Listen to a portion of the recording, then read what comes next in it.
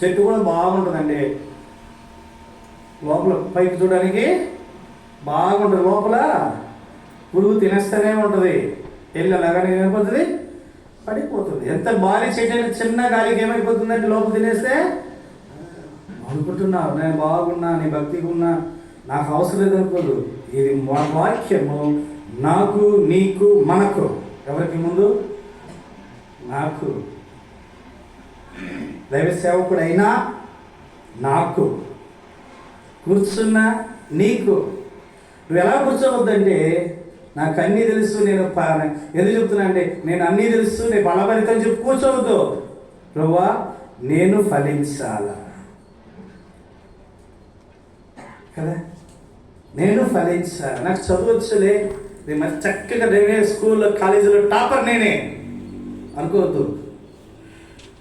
నాకు అయిపోయింది, ఇంకో నెల 2 నెలలు జాబ్ వచ్చేసి అనుకోవద్దు. నాకు జాబ్ ఉంది అనుకోవద్దు. లేదు నేను భక్తిగా క్రైస్తవుడిగా దేవుని సన్నిధిలో ఆత్మీయంగా ఎదుగుతున్నాను అనుకోవద్దు. ఆరాధన చేస్తున్నా అనుకోవద్దు. వాళ్ళ పాలు పొందుతున్నా అనుకోవద్దు. పరిచయం చేస్తున్నా అనుకోవద్దు. ఇంకా నీలో లోటు ఉంది. ఆ వ్యక్తి యేసు దగ్గరికి వచ్చాడు, బోధకుడా నిత్య జీవనకు వారసుడుకు నేనేం చెయ్యాలి? దేవుడు అన్నాడు, చెప్పిన ఆజ్ఞలన్నీ నెరవేర్చాడు. అతను అనుకున్నాడు యవనస్తుడు, నేను అన్ని పర్ఫెక్ట్, ఐఎమ్ పర్ఫెక్ట్ అనుకున్నాడు. ఏమనుకున్నాడు?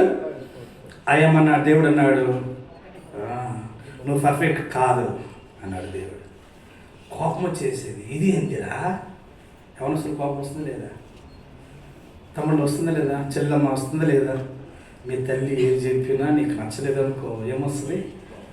హే మమ్మీ, ఏంటి మమ్మీ